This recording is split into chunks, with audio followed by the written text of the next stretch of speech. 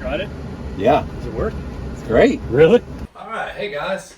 So today I got a little bit different one. I got a Rivian R1T in the shop. I had a customer reach out to me. I worked on one of his Teslas before. He got rid of his Tesla, and he told me, "Hey man, I wanted to get a Cybertruck, but my wife doesn't want to get one, and so I bought this Rivian, but I want an autopilot system."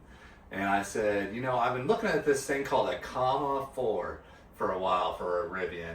And he goes, oh, that's interesting. Started researching it. So he decided to buy it. And so that's what we're going to be installing is a comma 4. This is it. And we're going to install on this Rivian. Basically what it'll do, it'll take the autopilot system that is, well, not the autopilot system, but the driver enhancement systems that are on a Rivian, and it'll make it act similar to something like an autopilot, like a Tesla autopilot. At least that's the hope.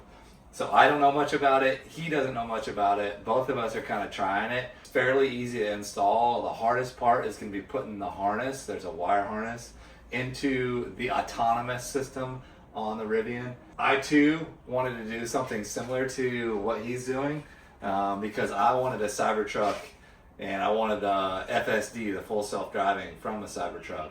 However, with all the drama that's surrounding a Cybertruck, I don't mind the looks of it. It's just a lot of people don't like the looks of it, and they want to tell you how they don't like the looks of it. Driving it, people also want to tell you that they don't like it. And it really is just a negative thing, and unfortunately that's the way that society is. And so because of that, I haven't bought one. Although I really want one, I just don't want to put my family into such a negative vehicle, essentially. So anyways, enough about that. On to the Rivian. This is a 2022 Rivian R1T, and this is a comma 4, the newest comma edition of the autopilot. So let's open it up and check it out. So let's do the unboxing here. Let's open this bad boy up.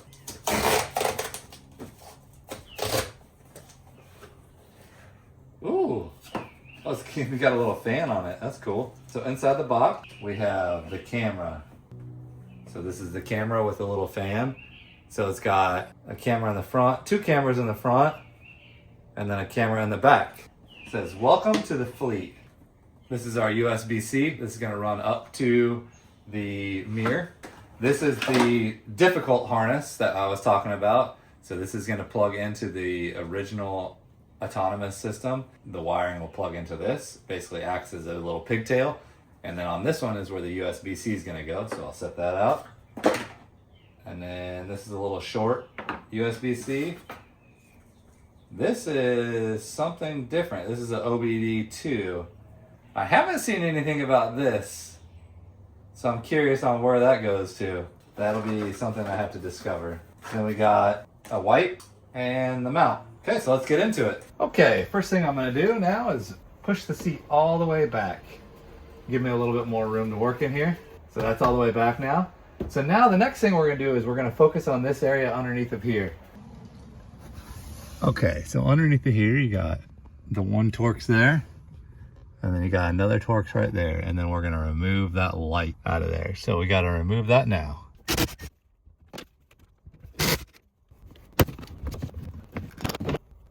And all this is held on with a couple of clips. So now we have to go in here. So this is the computer that we're going to. And then the plugs are right on this side. They are way back there.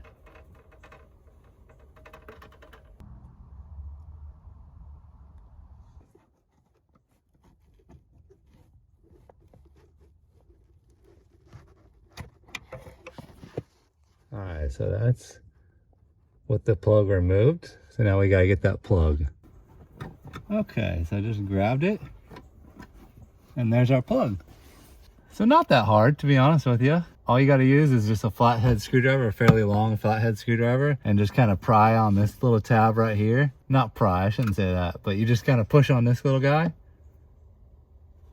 Push that down, and then slide it out, and it easily comes out. So now from this point, we have the female that we gotta attach to. So we'll slide this into the female port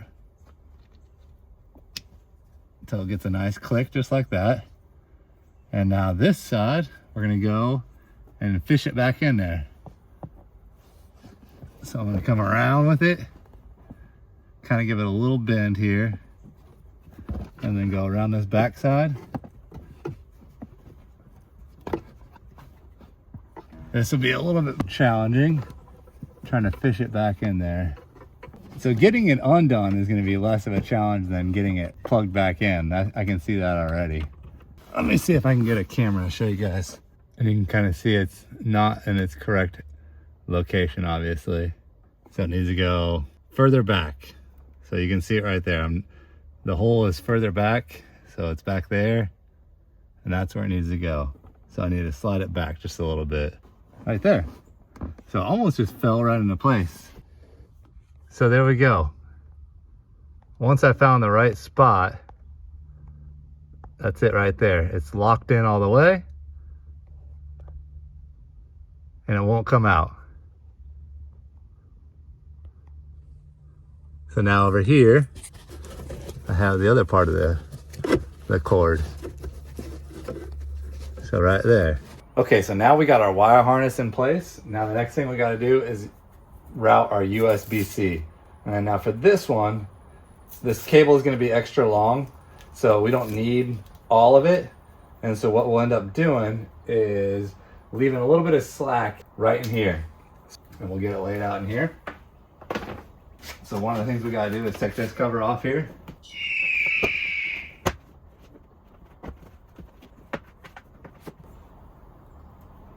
So there's that. So now this gives us a little bit more room. So I got this little piece removed. Basically what we're gonna do is route this cable down up through here, and then it's gonna run up and down into the camera. So now we're on the kind of the home stretch. So what we're gonna do is take this cable, go up here. We got it here. And then now we'll run it up here. So all I did was pull this A-pillar apart away. And so now I'm trying to find a hole to be able to slide that cable through inside of here. All right, we got our cable through. And now I'm gonna basically run it up here so that I got enough slack for it to come down and go right into the camera. The car just started waking back up for some reason. I'm gonna hang that there for now. We're gonna look at mounting this up. So we want to make sure we got enough wiring here. And so the next thing we're going to do is pull this down so that way we are sure that we can lay it out just right. So it's basically going to pull that down just a little bit so that way we can route the wire through there.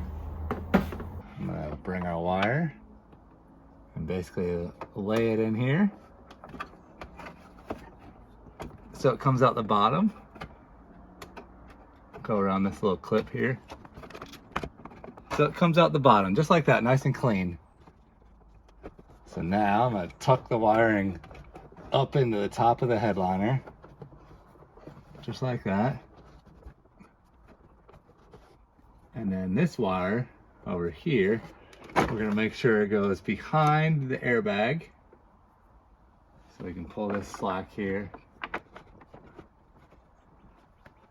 Go ahead and push this back in place. Lock it there.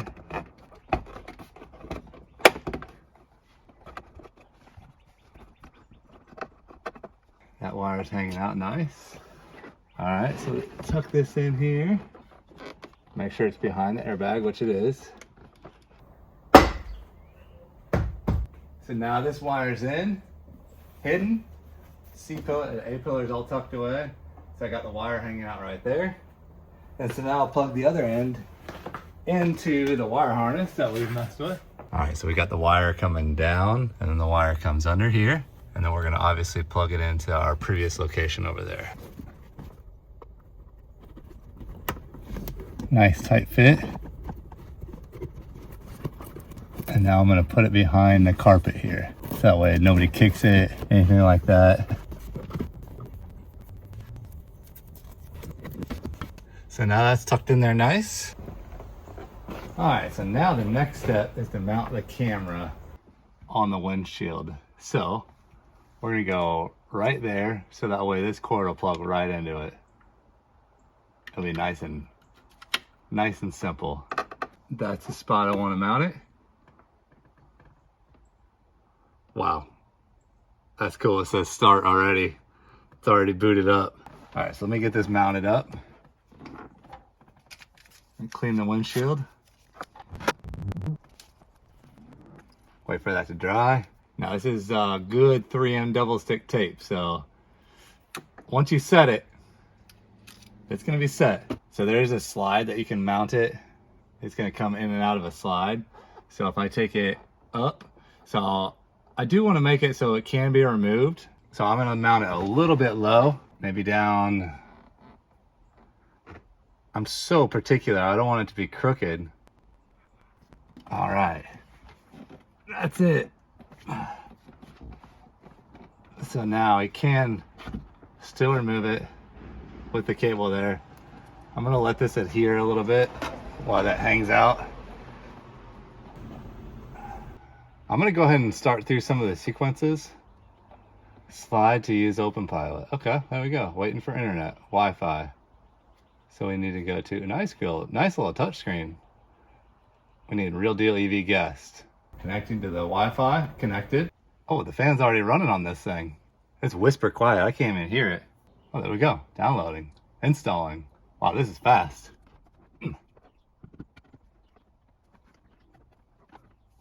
Finished setup. So just like that, we're ready to roll.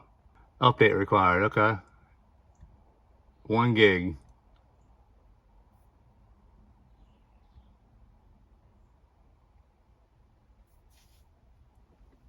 In the meantime, I have confidence that everything's gonna be okay. So I'm gonna go ahead and start putting this back together.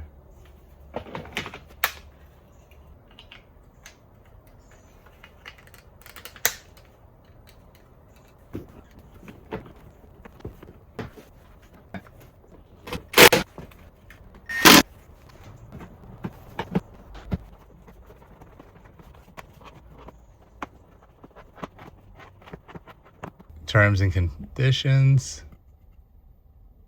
Accept terms.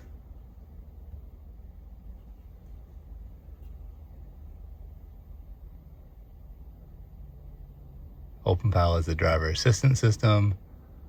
You must be ready at all times. You're fully aware.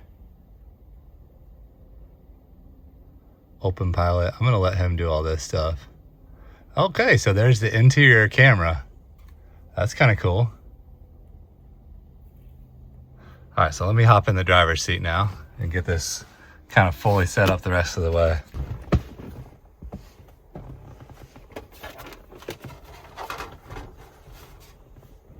So yeah, you can see it.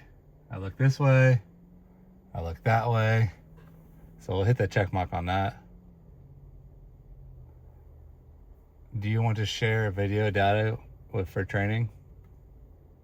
Sure. Okay, openpilot, release. All right, so I put my foot on the brake and I heard the fan kick on. Calibrating, drive above 15 miles an hour. Okay, let's go drive. Seatbelt on, safety first.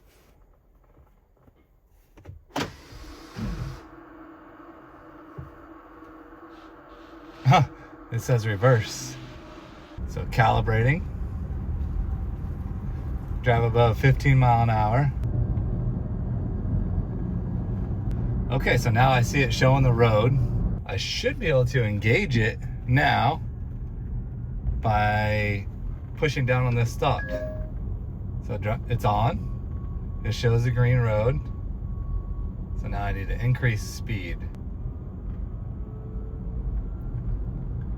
Okay, so it's hugging the left side of the road a little bit here, but it is working.